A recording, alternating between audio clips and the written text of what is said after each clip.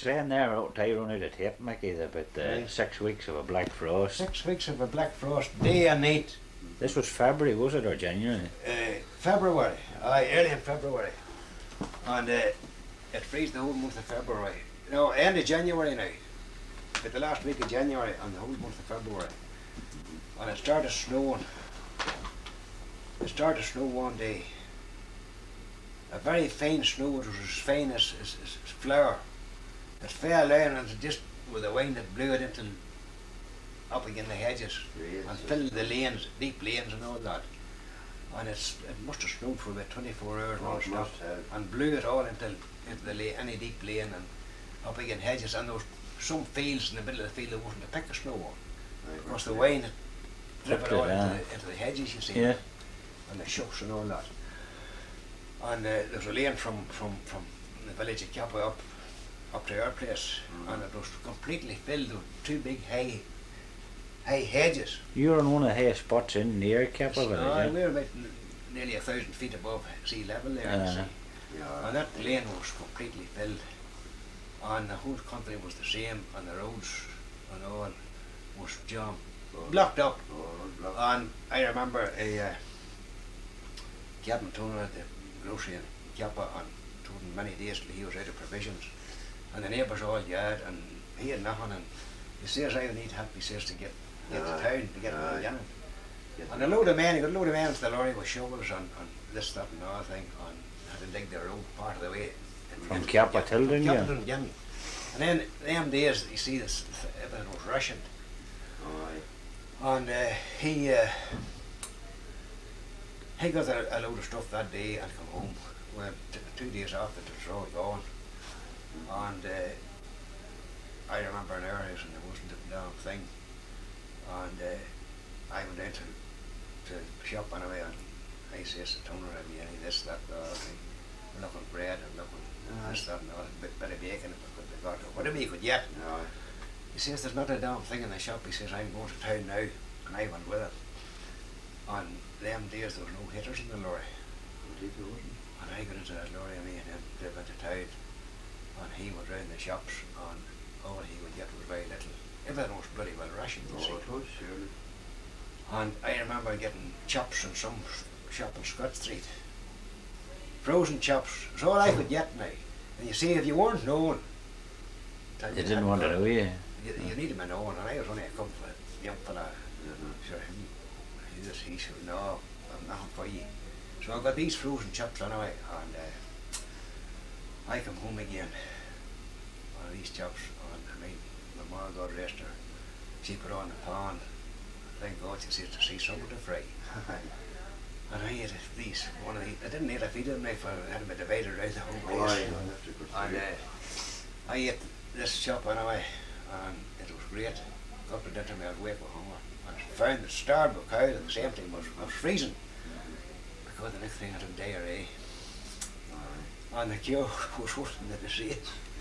Honest to God, I nearly died. Is that it? That was after eating, having not ate so much before, was it? Or? Probably, and maybe there was someone wrong then. Well, do you see, this is the bloody thing, going on so long they were lying about it.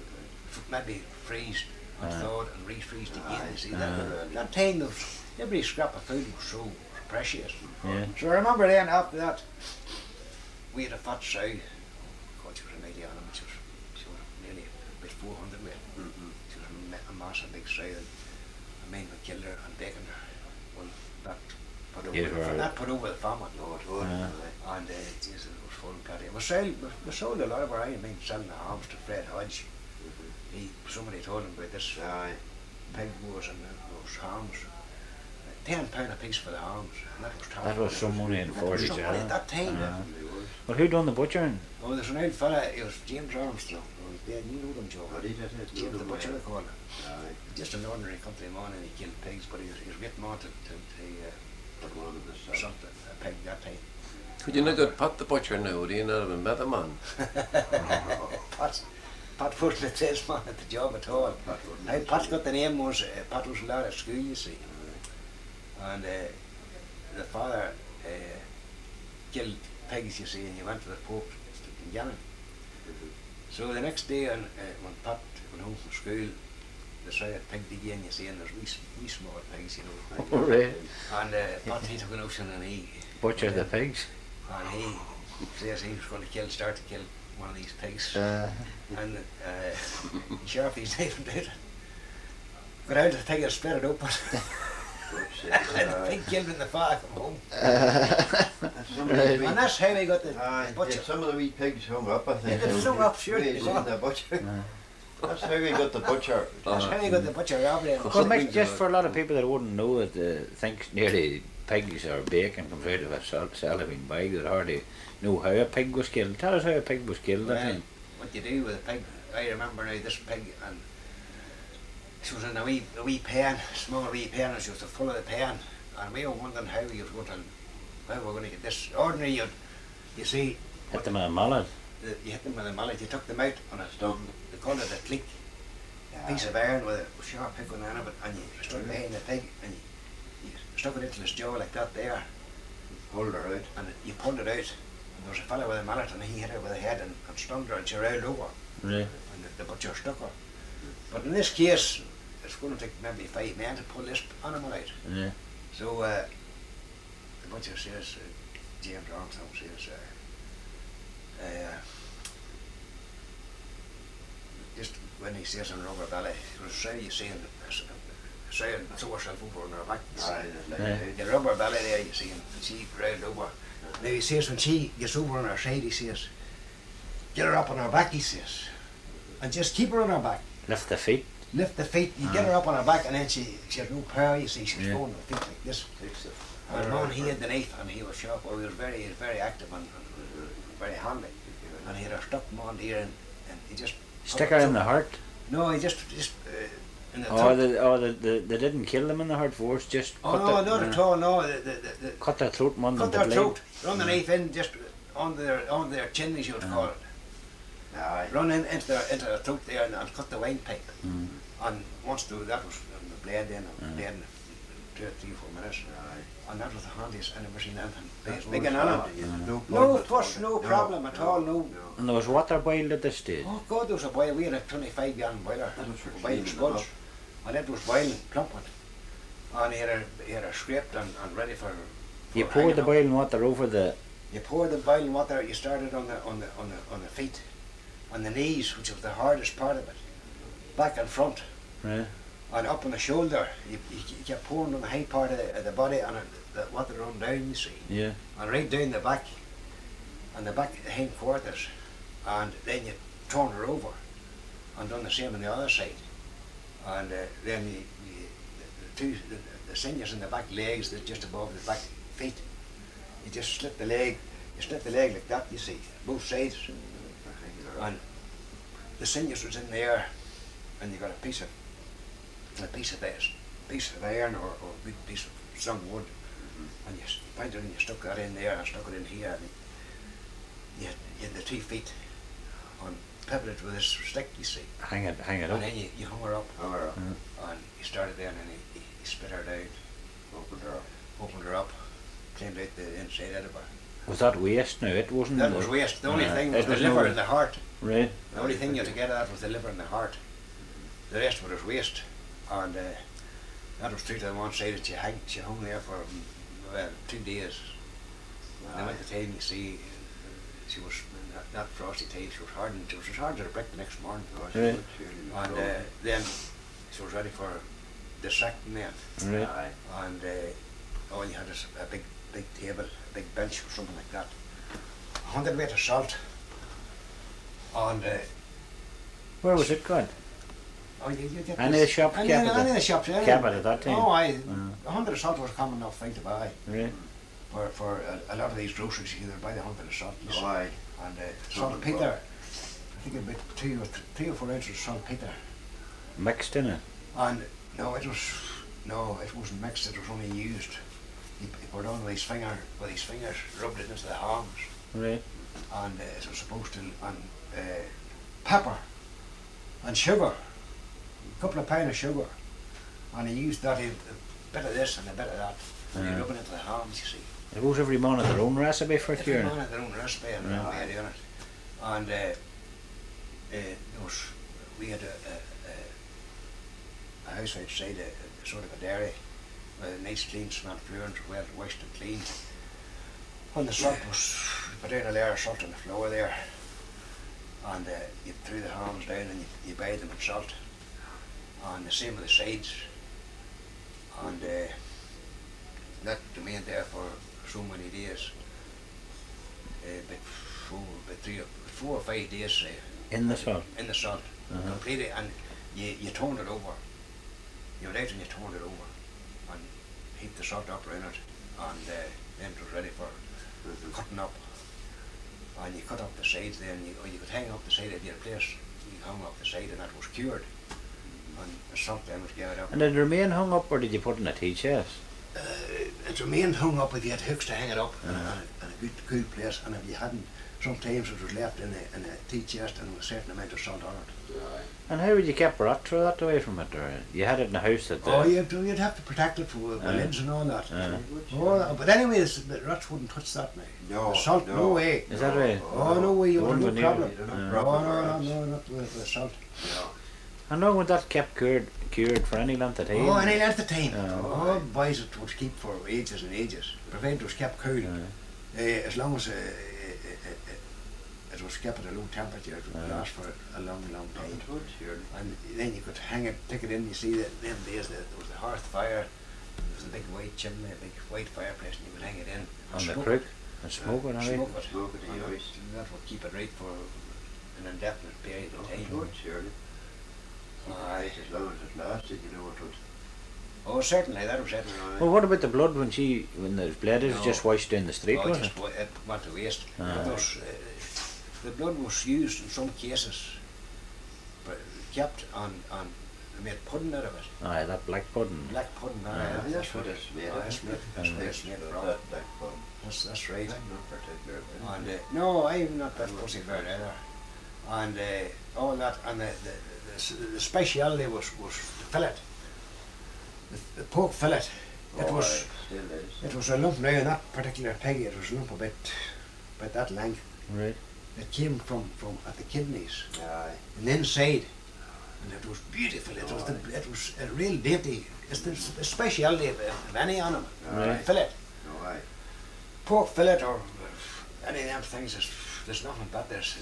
It's a sweet. Well, do you see before it was cured, Mickey, was there any of it ate that day, that Oh, wasn't definitely, cured? aye. Oh, you would surely. What was the... trimmings? Those trimmings on this pork, this fillet didn't need to be. It was... No, it wasn't that big a quantity. You see, and Yeah. you could use it no time. especially about your house. There was Oh, 12. definitely. The liver and the heart. Many a time I seen pigs killed and the liver was washed and cooled, and it was fried in an hour after. Aye. You'd be eating it in about an hour after pig was killed, and the heart and that, and the bits of trimmings, wee bits of trimmings of flesh when they were dressing the pig, finishing it off. See, it depended on some butchers were really tidy, like every other trade. Some were really tidy and cleaned the pig down, and it looked beautiful.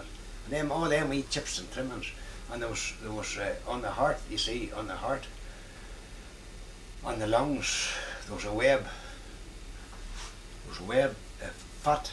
Round the covering They it. called it a veal, Aye. and that was used for making suet. You melted that down. Rendered it. Rendered it down, and that was put into jam pots. Made the earthenware jam pots, Right, yes. and that was put into that, and that was Kept used for that frying. And for frying. Oh, great stuff it was. Yeah. And that was the system.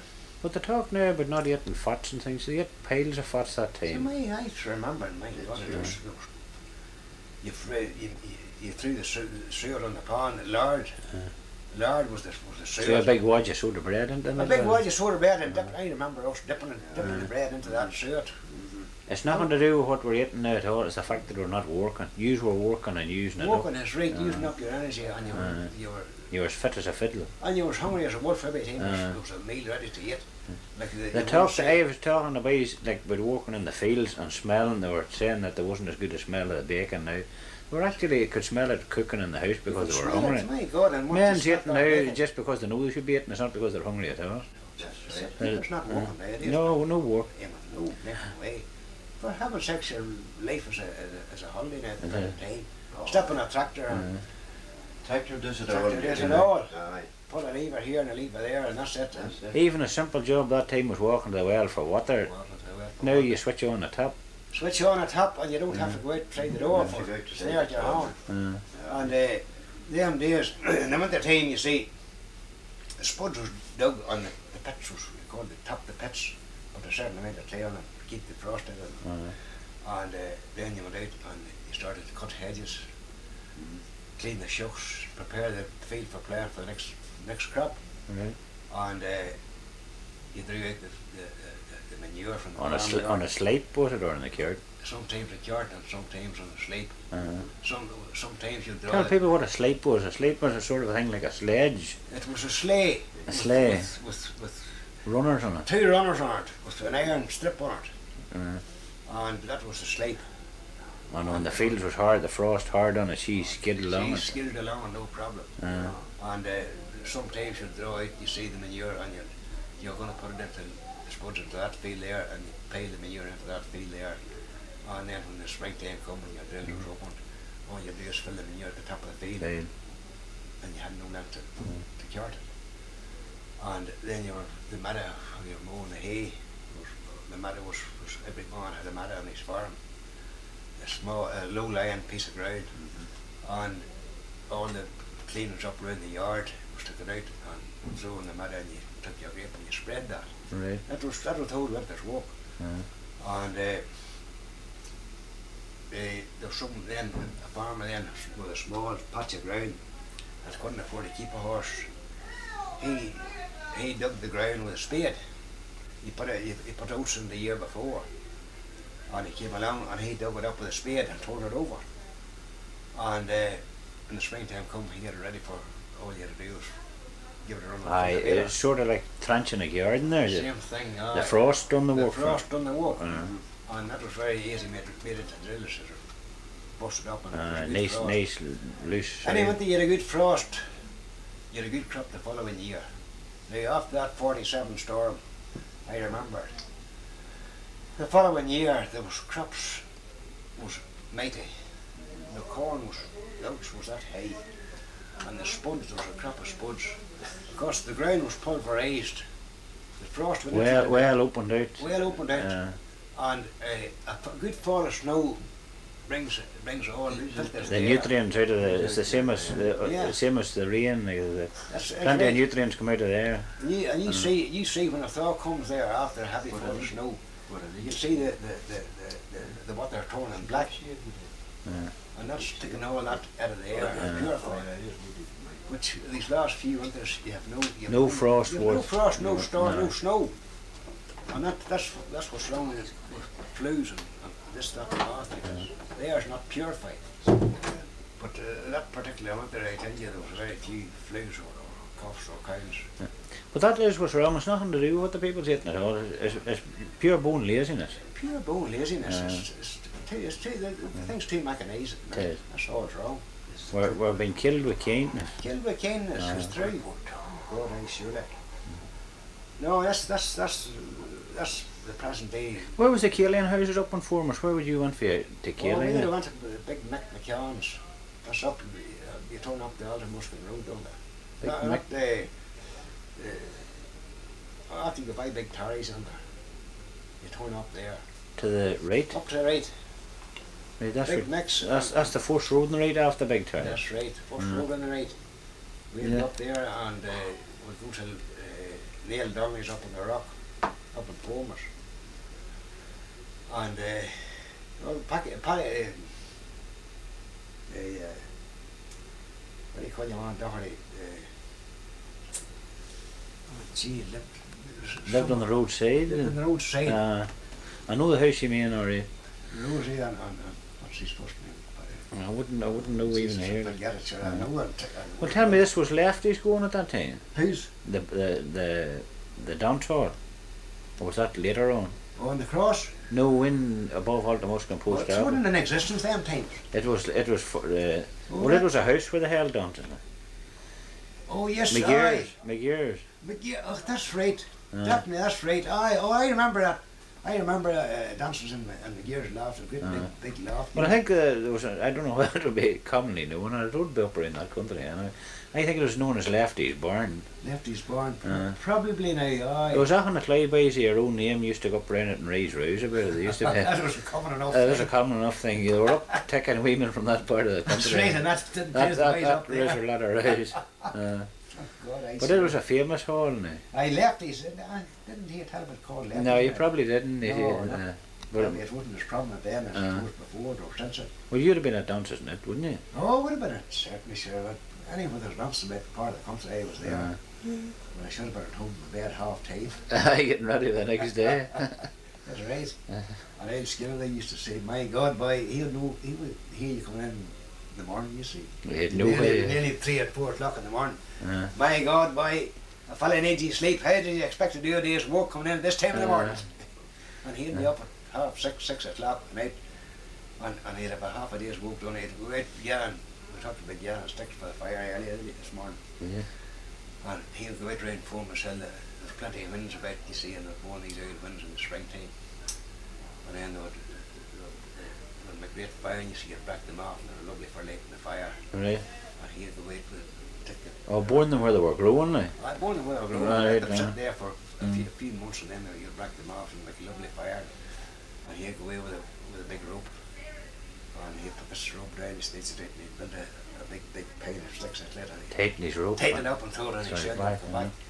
Well, was any family about it? No, there's no family. There's him and the sister. There's none of them married. No, right. Just there's only 2 in the family. What happened to their place then? Who would own it? It went to, I think it went to the church, and then Frank Addy bought it. The church sold it. They didn't. Frank bought it. And that's the other house where you worked. That's where I worked. And was there a family in it? Oh, there was a family in it. There was a big family in it. Right. Oh, boys, Packy. There was Packy and what do you call the fella who lived up in Clonmel? Arthur, Packy and Arthur and Frank and Jack. There were 4 boys, and then there was an awful lot of girls in it. Right. There was Mary, there was White, Frank McInally at Clonmel, McGillian's wife. I can't remember what they called her. And Nellie, and Biddy, and Kitty. There was 5 or 6 or 7 girls in it. And they were all married except, they were all married, except Kitty. They're all married except Kitty. But your days about the family had been all young, that's why you'd have been there. Oh, there was only Biddy and Nellie there, the rest of them was all married. The girls. At that time, were they? Oh, they definitely were. Yeah. Aye. Oh, I thought maybe they were young. Biddy and Nellie, Biddy was married to a fellow in McCluskey down in Donaghany, down near Roma, and then later on, Biddy, Nellie, she married somebody down in Pitcairn, Bradley or somebody. And Frank didn't marry, nor Jack didn't marry. Arthur and Packy married and raised families. And Arthur was born in the house up in Clonmel, a lovely wee house just beside the, Clonmel Boyle Alley is. I do, Larry Mull's Crossroads. Larry Mullen just to the left there. Yeah, he had a lovely wee house in there. He married some girl up there, she was a dressmaker. And she was dead, and had 2 of her family, a boy and a girl. And the wife died, she was pretty young, and Arthur was on his own. And the house went to fire, and Peter Arthur was born in the house. Gatrupton, is that right? Gatrupton, that's right. And Jack was a great fella. Black Jack, Billy Skinner they used to call him. Right. Jack would come up, you see, and Jack was a bit devilish, you know. And he'd tell Billy all the lies that Billy was an awful person for news. News, so you give her plenty of it. And he gave her plenty of it. Yo-ho, Billy, well, Jack, what's new? Oh, he'll tell her a rake of stuff for someone, Tara. And she'll find all this out. Oh, bad luck to you, Black Jack. She'll be forgiving him, chasing him the next time he come in. Charlie Diven, a good house for cards, you know. Yes. Charlie 25. Diven. Your wife would have known Charlie Diven. And Charlie was the blacksmith, and Charlie wore the hat, into the corner. And he knew the country around and around for miles and miles and miles, and he knew everybody. Yeah. And video getting the grilling and about all the news you see about the country, and Charlie didn't miss her, he gave her all the news she knew. Yes. It'd be good as a Sunday world. Far back again. Uh, And then she'd be checking up on this, you see, with this and that, and she'd go into the town there. She'd go into the town for groceries, you see, and she'd meet up with this and nothing and on, and she'd be checking out these I'd been into Armstrong's, was it? Into Armstrong's, yes, certainly that was from one of pub. Uh, That's where they done all their shopping. and John Egg. And John Eggs, that's right. And there was a girl living from McCallum from Garrick Moore. Them years. Yes. I suppose she was in it while I was there. And after it, and them was the shopping, the co-op. Aye, Tommy McGarvey. Tommy McGarvey, that's right. Pat Donnelly, young Pat. Young Well, was fella. Huey Tague, was he in the cross He at was that in time? Tig, aye. The Square Deal Stores. Square Deal Stores was right up at the top. So the That's building right. isn't even there now. And HK McAlear's. It was a drapery shop, It was was it? a drapery shop. in I the didn't pub. know it too well. Like. Oh, it was growing that time. Mm. And there was a girl lived in Formas, Cassie Devlin. You'd have knew him. Would you have been in the fairs in the cross? Oh, definitely, aye.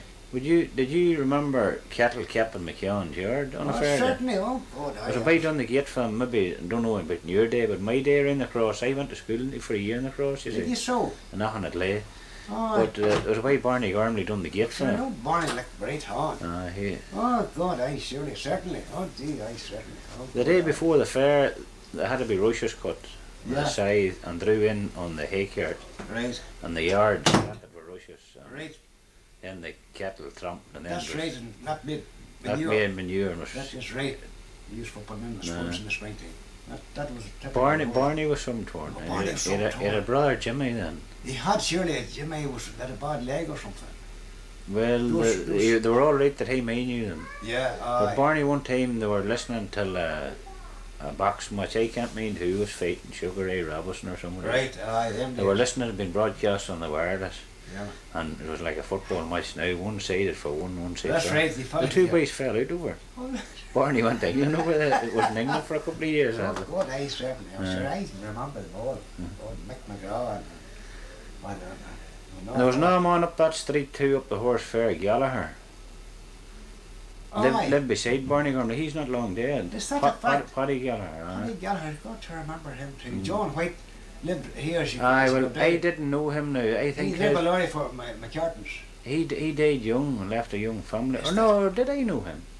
He's a I straight did. man. I did know him. He lived in the first house after Armstrong's, did he? That'd have been right. Below So Armstrong. below Armstrong, you come down the street. No. Oh God, all them characters, my God almighty. But Six Mile Cross was a thriving wee town at that time with the station. And Jimmy Slane, you remember him doing the post? Way up at the top of the town. And Ollie. Ollie Slane. Ollie Slane was a great handballer. He was. When I was a I cub- remember him playing for Tyrone. Is that right? Oh, definitely, surely him and John Pinnock. What I mind about Ollie Slane, they used to play handball in McKeown's yard. Yeah. And like I was only a cub. I was Yeah. only about 7-year-old at the time. I'm talking about 43 years ago. What did that live? Yes. About 1950. Aye, But Ollie Slane as for me as a cub anyway, had a great head of hair.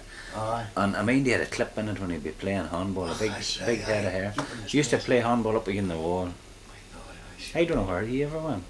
Oh, he's dead long ago. Is it? Aye, there was a Pat fella. And he's dead too, and there was a Jerry fella. I didn't know Jerry before my time now. He was a great musician, a great banjo player. Is that right? Oh, definitely, aye. I don't know whether there's any girls in the family or not. There was them three boys, and there was Jerry. Jerry was dead before I went down there a short while. And Pat was there, and they used to, Jimmy used to haul from the station up to the shops, you see, up the town. Yes. And brave Paul it was. Oh, where old Paul, my God, it was. And Ollie, them years when I went in there first, Ollie was away. Right. I don't know where he was, maybe, I don't know. But he wasn't there, he wasn't about so much. I didn't know when I travel well. But then I remember Ollie then later, he came then the last year or so I was down there. And he was a good footballer. I remember playing for Tyrone. Is that right? Oh, definitely, aye. They used to play out at the river. That a 6 Mile Cross team had my team anyway, Yes. a pitch out there at. Duff's home with Doherty's. Aye, but just on the other side of the road from it. Yes, that's across the road, you went in the lane to the left. And That's I right. mean, been out there with them playing. Uncles of mine, like they're out Felix, there you now. In remember fact, Felix? he lived in that road in Ballahalla. That's right. I know that's right. He's dead, you know. That's right. I was surprised to hear about him there. I didn't know he was dead. Michael McKeown, Barr's wife, was being buried on a Saturday, and Felix had a heart attack. And I was at, what was he now? The funeral, maybe Non's funeral was going to be on a Friday. Yeah. And I was at the wake on the Thursday, and I decided I'd go in to see Felix, and he's a terrible torn, Felix. Like. Felix was a good fella. Mine. But he said he was getting out the next day for the funeral. So I said, Yeah. hey, frigged, you're not getting out for no funeral. I said, there wouldn't be enough men to wheel you about in a wheelchair. Well, he Right. called me for all. But that'd be, have I done it for bad? You know? Surely, aye. But they didn't let him out for the funeral, but he got out maybe a day or so after it, and Yeah. talking to one of the neighbours, Gibsons. Did you know I Gibson? don't think Gibson certainly does. He just took another heart attack and away he went. I suppose that was sad. When he I was, sure I used to meet Felix. He'd go to North Fly, you see. he would, And we used to have the yarn together regularly. and they'd go for a tour every Sunday. Him and the McCrorys. I didn't know that nearly till after he was dead. Yeah, He'd head down to McCrory's on a Sunday, and they would head away somewhere. They'd surely. drive all over the country Spin around here and there. to view it. Oh, God, Felix was a good fella. I thought a lot of Felix. Well, I remember, like, over 40 years ago, Felix was on Brewster's bread van. Yeah, Do you mind they're now the battery one? That's right. They sure did. I used to be out round when they come. Sure, I remember one year on Jack Oddie and some of the Gibsons joined in a field of flax down in that farm of Felix's. Queer lawn it is, isn't Oh, it? you talk about lawn. And I remember us pulling this big, it's a big flat hole. Yes, they're all fairly flat That down. flat hay. And I remember us putting the drain, there's a drain down along the homes, you see. There is, that's And it. it's great water for flax because it's more or less stagnant, you know. You see, it's not as Very bad. flat lawn. It's not as bad for flax, it's hard water, hard spring water. Uh, It takes flax twice as long to rot, to isn't rot it? in it. But this was an old drain, you see, it was great for putting flax in. And I remember throwing the flax out of this drain, you got into the drain, you took off your clothes and you put on an old pair of old pants. And The flax was way down in the. it was way down in the water, you see. And you swords had and the stones. You had to throw the swords out, Uh, and then you had to start and throw the flax out. And boys, they called it the beat. That's the German word for sheaf, or the Dutch word for the sheaf, and the flax was the lint. right. A bit of lint, and you threw that was full of water, you know, and bloody heavy, you had to pitch it out, and then pour it in the cart, you see, and they drew it away, and just put it along a nice Spread clean, it out in the field. a nice clean lay field, and you opened the straps and you Give it a wee shake out. you spread it out nice and thinly. And you left it for a few days till it was dry, and then you gathered it up, tied it up again, poured it in a stack, or took it to the mill. What did you say earlier? There was £10 an acre, was There was it? £10 an acre from the government of a subsidy for plotting an acre of flax and an acre of spuds. And there was £2 an acre for ploughing ley. It had to be at least 5-year-old.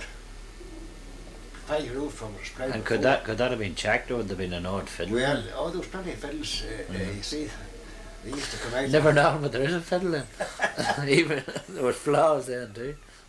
He used to come out, the tillage man would come out and he would check that field there, and he would walk along. And if you were ploughing, generally you'd be ploughing there, and he'd walk along, and you know, if it was ploughed only a couple of years, the spuds there, the tops Wouldn't have rotted away. Wouldn't have properly rotted away. And oh, that's not 5-year-old, no way. You know, get subsidy or not. And then you had to play, you see, a percentage of your farm. Right. You understand? If you're arable land, you had to play I don't remember what percentage it was now. But Compulsory crop on the farm. compulsory tillage.